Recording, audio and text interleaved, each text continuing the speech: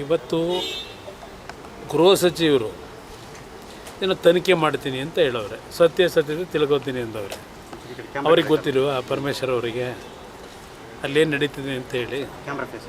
ಅದರಿಂದ ಇವತ್ತು ಮಾಧ್ಯಮಗಳಲ್ಲಿ ಅಲ್ಲಿ ನಡೀತಿರ್ತಕ್ಕಂಥ ಹಲವಾರು ರೀತಿಯ ಒಂದು ಮನರಂಜನೆಗಳಿರ್ಬೋದು, ಹಲವಾರು ರೀತಿಯ ಒಂದು ಅಲ್ಲಿರ್ತಕ್ಕಂಥ ಕೈದಿಗಳಿಗೆ, ಆರೋಪಿಗಳಿಗೆ ಯಾವ ರೀತಿ ಸೌಲಭ್ಯಗಳು ಕೊಟ್ಟಿದ್ದಾರೆ ಮಾಧ್ಯಮದಲ್ಲೇ ಈಗಾಗಲೇ ನೀವು ಬಿತ್ತರಿಸಿದ್ದೀರಿ. ಇಷ್ಟೆಲ್ಲ ರಾಜ್ಯದ ಜನತೆ ಮುಂದೆ ಇದೆಲ್ಲವನ್ನು ಪ್ರದರ್ಶನ ಮಾಡಿ ಯಾರ ಬಗ್ಗೆ ಯಾವ ವಿಷಯಕ್ಕೆ ತನಿಖೆ ಮಾಡ್ತೀರಿ ನೀವು? ನಿಮ್ಮ ಕಣ್ಣು ಮುಂದೆ ನಡೀತಿರ್ತಕ್ಕಂಥದ್ದು ಮಾಧ್ಯಮದಲ್ಲಿ ಈಗಾಗಲೇ ವಿಡಿಯೋಗಳೆಲ್ಲ ಹೊರಗೆ ಬಂದಿದೆ. ತನಿಖೆ ಮತ್ತೆ ಮಾಡಿ ಏನು ಮಾಡ್ತೀರಿ?